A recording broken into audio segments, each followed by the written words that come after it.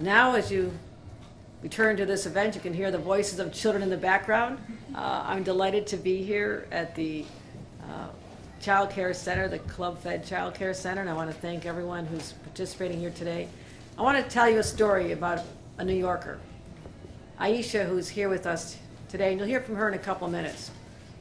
She gave birth to her youngest daughter, Amina, in 2019, just a few months before the COVID-19 shutdown. She works as a program coordinator at BOCES. Her husband works for Albany County. And in their search for childcare, they were coming up short. There just weren't enough affordable options nearby. Aisha had to use all her personal time and medical leave just to stay home and take care of her baby. Providing financially for her family became a struggle. But everything changed when Aisha enrolled in the state's Child Care Assistance Program. She could finally go back to work, knowing that Amina was getting great care from the devoted staff here at Victory, and without worrying how to pay for it all.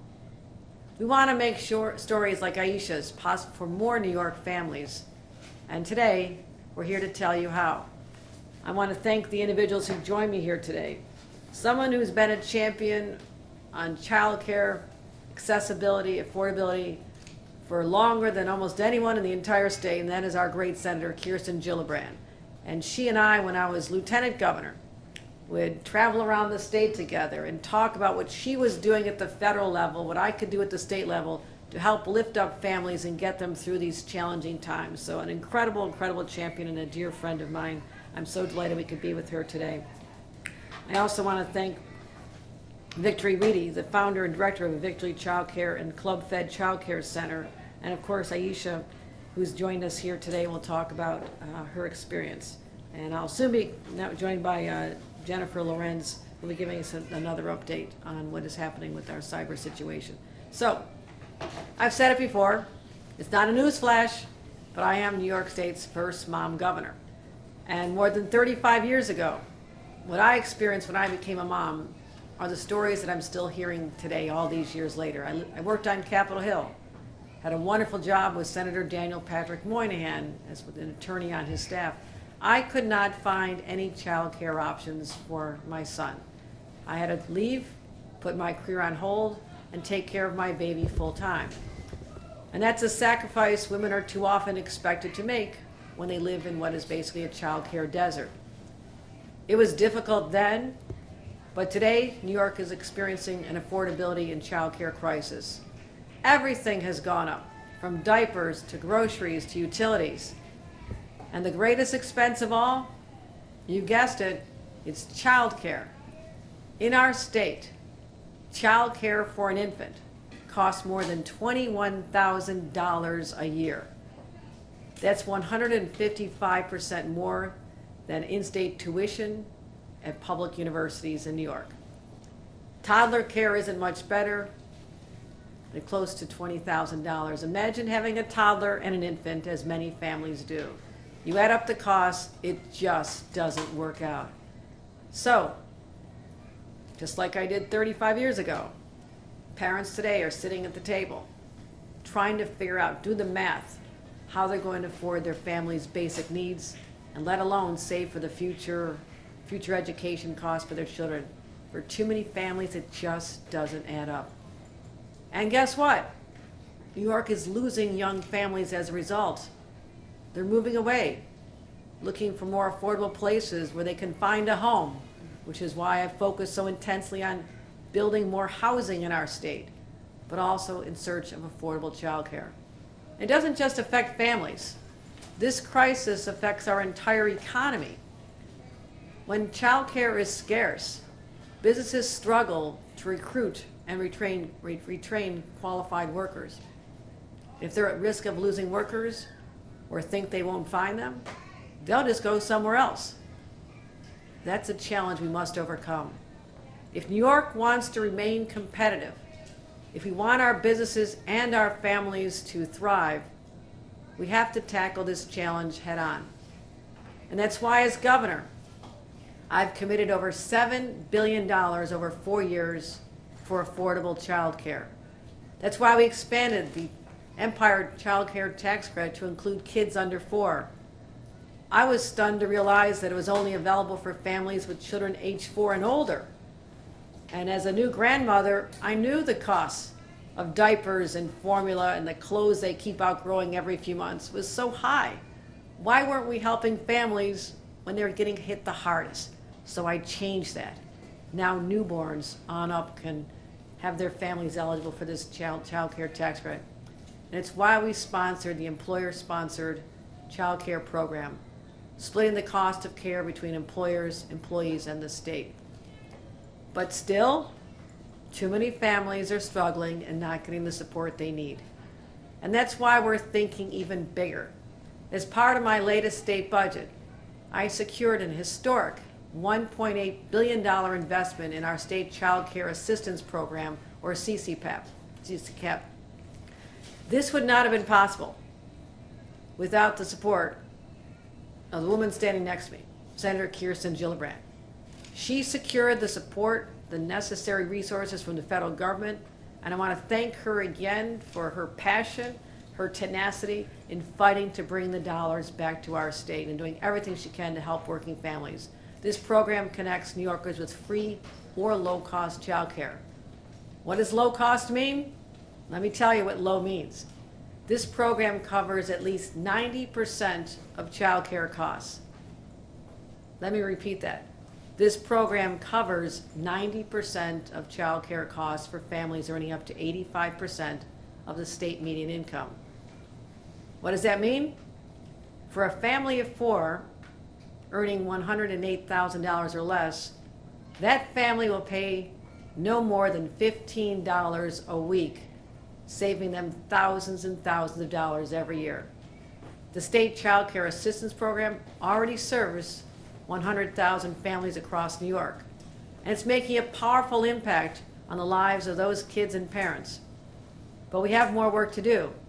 There are hundreds of thousands of more families across the state who may be eligible for this program, and we need to reach right now. And we need to make finding and using these resources much more simple. Working parents don't have the time to navigate the bureaucracy, go to in-person appointments, fill out endless forms. They have families to take care of. And that's why today I'm proud to launch the state's Child Care Application Portal. This new online platform allows families to check their eligibility, apply for assistance, and find child care providers to fit their needs without having to take the time and go through mountains of paperwork as had been the case in the past. The entire process takes about 10 minutes from start to finish. We had a pilot program. New York City and Schenectady counties families can already apply online. And starting today, the rest of New York State can join in as well. And we want to make sure people know where to go. Here's the access to it. Make sure you check the website over here. If you're a working parent, go to the website, ny.gov/childcare. This is what we're talking about, getting this information out. Starting today, we'll be distributing palm cards throughout the state with all the information they need and making sure that they have access to this important resource that'll save them so much time. We're collaborating with pediatricians, obstetricians, social service providers to connect families with these as well. Or scan the QR code on the palm card and be directed right to the portal. It could not be easier. So that's what we're doing. Why? We're creating these amazing benefits, and New Yorkers don't know about them or how to access them, then our job is far from over. We won't rest until every eligible family has the support they need. We want New York to be a place where parents can pursue their dreams and their children can thrive. And as long as I'm governor, I won't stop fighting for New York families, and especially our adorable children, many of whom I just had a chance to play with down the hall, to give them the very, very best start in life. Because when our families succeed, New York succeeds. And no one knows this better than my friend from Washington, local former member of Congress from this region, knows it well, represents the entire state with a special emphasis on lifting up New York families, women and children. And ladies and gentlemen, let me give you my friend, Kirsten Gillibrand. Thank you, Governor. Well, I want to thank Governor Hochul for her vision. She's had a vision for families of New York from the very beginning, and it shows in how she's governed, it shows in the policy she's putting forward, and it shows in the announcement today. So thank you, Governor, for your extraordinary leadership and your very thoughtful vision. I want to recognize Victoria Reedy and the Victory Child Care, Inc. for hosting us and everything they do for the kids here. The Governor and I had quite a good time playing with the young kids. I worked with one girl on a puzzle of the earth.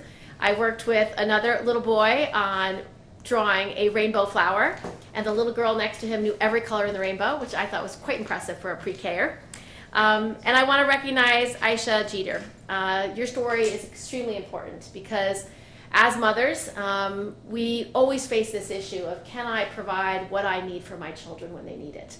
And having access to affordable quality daycare, childcare is essential, not just for parents to be in the workplace, but for the children themselves to develop emotionally, to develop intellectually, to develop social skills so they can navigate young play and other kids at an early age. It's actually fundamentally important for their development. So this announcement by the governor today is really inspiring.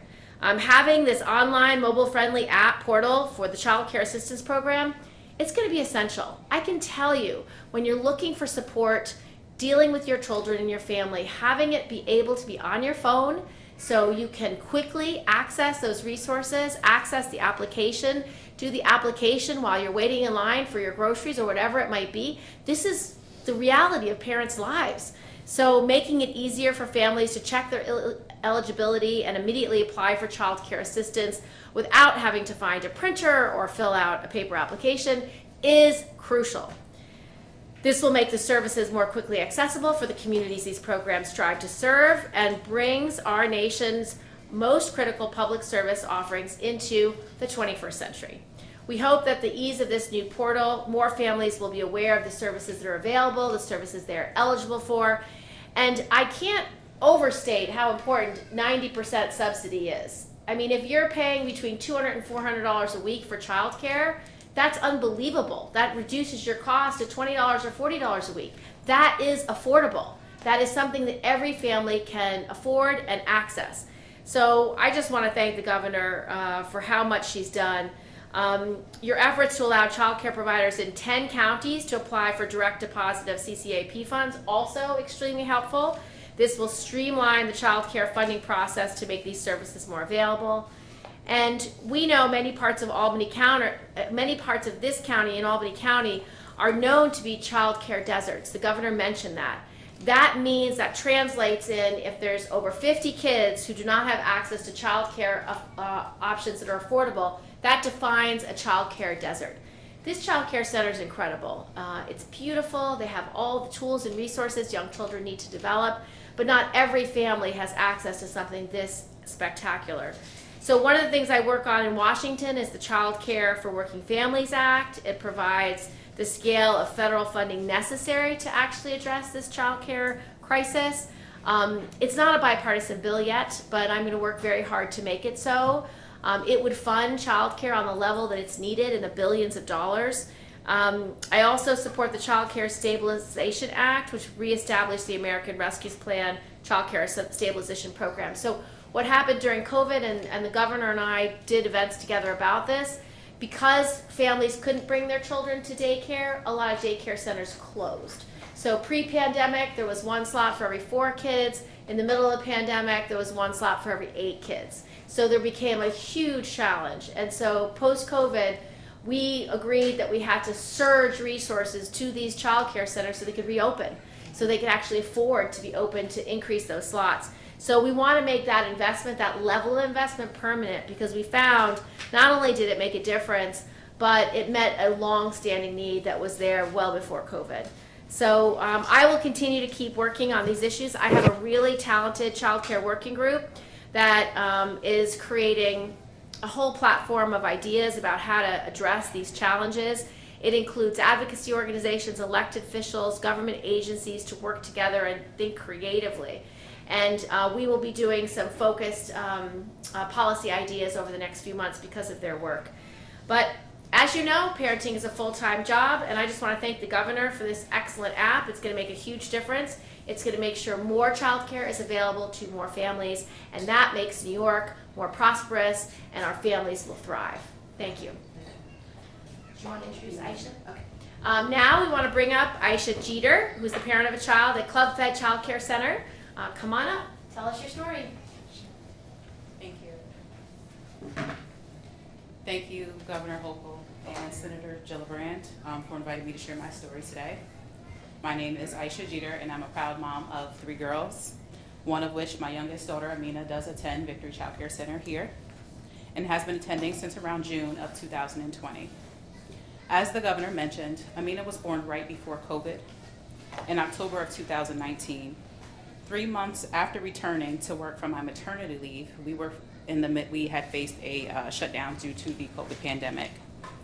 During the shutdown, I was approved to work from home, and I removed Ramina from the care program that she was in for health and safety reasons, for her health and safety and the health and safety of my family, and also to save money. During that time, those uncertain times, eventually I was mandated to return to work in person July of 2020 and was faced with a hard decision to have to find childcare for my daughter in the middle of the COVID pandemic. It was a very difficult decision. It was a very difficult decision and very hard to find childcare, as they both mentioned, to find childcare during that time. Her previous spot was no longer available. My husband and I could not find quality programming that fit our needs and worked with our budget, but desperately needed childcare, or else I would be forced to resign from my position. Thankfully, and I mean that sincerely, thankfully, after a very daunting and discouraging search, we found Victory, whose program aligned with our family's needs, standards, and core values. During and post-COVID, like most families, we faced significant challenges. The cost of everything from gas to rent to groceries was going up, and our income was staying the same. We did not have enough to cover all of our expenses. My husband and I had both exhausted all of our vacation time and PTO and any quarantine or COVID time that they presented to us due to multiple quarantines from COVID exposures. We were concerned that we would have to remove Amina from care, and one of us would have to become a stay-at-home parent, which neither one of us really could afford. It was here at Victory Child Care Center who told us about the Child Care Assistance Program for working families and encouraged us to apply. Honestly, I did not think that we would be eligible. I thought our income would be too high, we would not meet the income requirements, and we had a family size of 5. Honestly, was not feeling very optimistic about the process, but being encouraged by Victory, we applied anyway. We enrolled right away, and I'm so glad that we did, because now we pay just around $50 each month for Amina's care, which is a tremendous relief on our budget. Being able to bring our little one to Victory, knowing she is comfortable and safe, and without worrying about how we were going to pay for it, has made a huge difference in our lives. That being said, the new applicant and renewal application process was somewhat challenging. It was not necessarily difficult, but not efficient.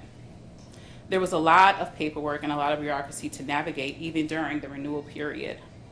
So I know firsthand that this new online portal is going to be a game changer for working families. Working families who can now access benefits and enrollment information without the headaches of navigating, having to make phone calls, emails, appointments, very difficult when you're working full-time raising kids. Now, families can have access to these benefits and enrollment information without these headaches by navigating to ny.gov/childcare. I also want to say not to assume, like I did, that you're not eligible because you have a 2-income household. If we had not been encouraged by Victory to apply despite our income, we would have missed out on this benefit. Without Victory or the assistance of the Child Care Assistance Program, I truly don't know how we would manage, even to this day. I appreciate Victory and staff for being dedicated, caring, and passionate leaders, especially during COVID. It has been a tremendous blessing to my family, and we are grateful for the partnership in growing our intelligent, well-rounded, and confident child that is beyond ready for kindergarten. Thank you, Governor Hochul. Thank you for championing this program. I'm excited for the opportunity for more working families to take advantage of the financial relief that it provides. And thank you, Senator Gillibrand, for your leadership in Washington. Thank you both for everything you do to support working families, especially my family, who benefited from this program across New York State. Thank you. Well said. All right, so while we have the Senator and Aisha here, do we have any on-topic questions about childcare? Go ahead, Tom. Governor, there's been some concerns regarding the workforce to facilitate childcare and programs like this. Are you speaking with the legislature on any long-term, incentivizing staff and solutions beyond just bonuses or things like that? No, Budget? you've hit on something that's really important. We can provide the subsidies to make it more affordable for families to go. We can help the facilities themselves get back on their feet as we have been. But if we don't have the workers, it doesn't work at all. So we have incentives in place. We're going to continue working with the legislature on what that looks like. We're having the same challenges in the healthcare space. And so bonuses is always a start, but also making sure that wages are enough to attract people to go into this field when at a particular time when fast food wages are very high and this becomes a challenge of where people are going to work. So it is something that is top of mind for us on how to solve that, working with the legislature. Good question. Anything else on childcare? Governor, the Senator, you had those stark stats about the number of slots versus the number of children. I'm wondering what's that current supply level and what effect on supply has this program had, if you've been able to calculate it? Well, this was a program that, again, a lot of people only didn't know about it. Only 100,000 families have taken advantage of it. And to me, that is not a successful program. We are jump-starting this initiative. I would like to be with you 1 year from now and say we've doubled at least the number of families who are taking advantage of this. And awareness is everything. Your reporting on this and getting this out there is an important tool for us to use. So we can get you statistics on how many families, in addition to the 100,000, are taking advantage of it, but also, a facility like this, which has over, where's Victory, 100,000, over 125 students a day, 125. They have a wait list of 400. That is a challenge. And you look at what we're doing as part of our economic development strategy. Since I was lieutenant governor and going around the state talking to businesses under the umbrella of the Empire State Development's REDCs, I have said that providing childcare should be part of a tool to help our workforce. And that's why a place like Micron, getting the incentives they're getting, bringing 50,000 jobs to New York State, our earliest conversations were, we need you to build a child care facility on site. And that's exactly what is going on right now. So there's a different way to approach it. State subsidies supported by the federal government, but also getting more facilities and having the employer engaged in this solution, which I think also makes them more competitive when people are making the decision on where they're going to work. If you take care of your young families at this time when they need help, they will stick with you a long time. So it's a retention issue for employers, and I wish more would see that as a great opportunity for them to help solve this problem in the short term, and in the long term it benefits their outcome. I got some stats if you want me to get, do you want them? Or Sure, do you want us to give please. them after the press conference? Do you want me to share them? Good. So quick facts. We have 1.3 million children under the age of 5 in New York. There's 4,246 licensed child care centers and 10,460 family care homes in 2023. In 2023, it had a 46% gap in coverage. Federal and state early learning and care programs service 310,000 children and families, or 23% of children under age 5. The average cost of a center-based infant care is $19,584 and $16,383 for home-based infant care. So those are the challenges. Availability, half of families in America live in child care deserts. So nationwide, it's a disaster. New York, 64% of families reside in child care deserts, and it's mostly rural areas. So for example, we have pretty good coverage in places like Manhattan, Nassau, Westchester counties, but if you look at a place like Herkimer County or Mohawk County, really few. And in those most rural counties, there's 1 slot for every 9 kids that need it. So it's a chronic problem, and so that's why the governor has tried so many things, and a lot of it's working. So her workforce challenges, that workforce retention grant program last summer that she started putting up and running, these grants provided eligible providers with recruitment funding and bonuses for nearly 14,000 providers across the state, so that's real money. We are trying to pass a lot of legislation in the Senate. Again, it's not very bipartisan. We're trying to make some of it slightly bipartisan. That's why I focus so much on flipping the House and holding the Senate so we could actually vote on some of these things. But some of the bills that I'm working on, like Head Start for Our Future Act, would create a robust pipeline for college-educated students to enter the early childhood workforce. The workforce pay is so low. Like an early educator might receive like $35,000 a year, but a kindergarten teacher $65,000 a year. So there's this huge gap between the early childhood educator and the kindergarten. And so my goal is to bring them all into coverage by these teaching salaries and teacher unions. So my goal is to bring them in and to have the representation that they need to get a fair wage. Now, last point on this, if we have to then pay our child care workers even more, the cost of offering child care for infants is going to go up. So that requires the federal government to offer a much bigger subsidy. So one of the points that the governor and I share is that this is the cost of our economy. If you don't have affordable daycare, Aisha can't be at work. If she's not at work, she's not paying taxes, she's not paying into her Social Security. So it's a drag on the economy. So it's the federal government's responsibility to invest in childcare as the basic infrastructure that it is so that people can go to work, because it's not affordable. The folks who work here get paid very little. They're already doing so much with so little. So if we want to be able to have more affordability, the federal government's going to need to do their fair share and actually support childcare. It's one of the biggest issues that I care about in the presidential, in the Senate, and in the House. And it's not really bipartisan right now, so I'm working very hard to get it to be more bipartisan so we can pass some meaningful legislation. Because you can't have a growing economy without childcare. And that's why this event and the governor being here is so important, because we're shining a spotlight on the need. And she's doing great things in New York, and I hope the federal government can match those efforts. Yeah, Senator, I know President Biden has talked about that, and that is one of the reasons that he's made the case for Democrats in this election. I'm going to transition to an off-topic, but I'm not on-topic here for question. off-topic. We're not It's doing your that. off-topic. No, but I'm wondering, do you believe that President Biden is the best person on the top of the Yes. ticket to help you get Democrats in I control do. for this? So President Biden's done an amazing job in working on a bipartisan basis to get meaningful things done. And not only our big bipartisan infrastructure bill that's funding every huge project in upstate New York and downstate New York, the CHIPS bill that's putting in Micron, we're going to have a huge investment in the Hudson Valley, I mean, jobs being generated. It's his leadership style that allows people to come together to do these common sense things. And I think he's a great president. I think he's a great presidential candidate. He will defeat Trump. He will kick his butt.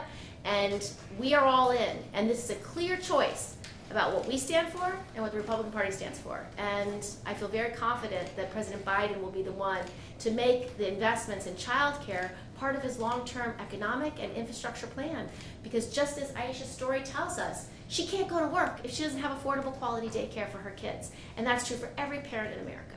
All right, hold on. Recognizing the hunger for hot topics, we have Jennifer Lorenz, who's the Deputy Chief Information Officer. Senator, you mentioned Mohawk County. You come out. All right, hold on. You had Mohawk County. Hold on. Mohawk County. So what were you referring to? It's a child care desert. It's a child care. Augie, There's no Yep, more all right. Mohawk where's, County. No, Herkimer and what's it? Mohawk Valley. Yes, All sorry. right, okay, There we go. no Sorry. problem. Yeah. I just read it wrong. Thank you. Okay. So now that we Senator, I did have have, a question hold on, about this Rob, topic. hold on. We're gonna transition. we have just, I really have to get back to my command center to deal with what is unfolding. We took the time to do this, and I will point out the fact that this particular portal is not affected, so this is functioning, but I have to go back and make sure everything else is functioning, including the DMV and other important entities that New Yorkers are relying on. So we literally do not have the time I normally love to devote to this effort of addressing questions from the media, which I do literally seems like every Friday here in Albany, but at least more often than that. So I wanted to make sure that we address this. This is a major, major public safety issue, and I want to continue focusing my efforts and bringing in the team that's necessary to do this. And so I want to acknowledge also Jennifer Lorenz, the Executive Deputy Chief Information Officer, who also has been up all night working with our teams to restore services. And so we are here to answer those questions briefly, but I really have to get back to the crisis at hand. Governor, do you have a sense in terms of emergency services and safety, hospital systems and any impact on patients or care in that regard that's been a result of this? Yes, this has had a widespread impact on hospital systems as well, financial institutions, banks. So our immediate outreach goes right to the hospitals. Most have backup systems, but also backup systems are also not technology-based, they're based on people. Now, there was a time when we functioned with people, whether it's answering 911 calls or addressing patients. So it may go more to hospital billing systems that are affected right now as opposed to directly patient care. Any other cyber questions? Any updates? Yes, we are making progress. Thank you, Governor, for your support. We have teams working since this morning with the Governor's Office and Department of Homeland Security and Emergency Services. We take this very seriously. We have the full support to engage all of our staff as well as whoever else we need to assist. We do have some services being restored. We are working closely with the third-party vendor and other vendors that are impacted. Again, it's a global issue, so we continue to operate, and I appreciate this conversation. Thank you. Thank you. And also, I will tell you, it's early yet as we examine the scope of impact on state services. But as someone who's familiar with DMVs, for example, if someone's registration was supposed to expire today, or their license, or their inspection, that's just one example that there'll be maximum flexibility granted by the state of New York, so no New Yorker is penalized as a result of something that is vastly out of their control and out of our control, and we are trying very hard to get it under control. Anything else? Right. Governor, I had a question about your, what the press conference was about. Senator Gillibrand mentioned central New York as a problem where there were some areas that didn't have the coverage. What about western New York, Buffalo area, having been in that area? What's the situation like there for childcare? I wouldn't define it as a desert, but there are wait lists. Back when I was Lieutenant Governor, I visited many sites. And the number one thing we can do right now is to let more families know the availability of these services, but we also had to provide direct subsidies to child care facilities, especially after the pandemic, to get them back on their feet. So we can get you numbers on what the wait lists are and then what the amount of coverage is. But the efforts of publications like the Buffalo News and others, hopefully across the state, will let people know, go ahead and print this. My name is not on it, so don't worry about it. Go ahead and print this and let people see that I would love these numbers to go up dramatically, because that's how we're starting to make a real difference. So. All right, thanks everybody.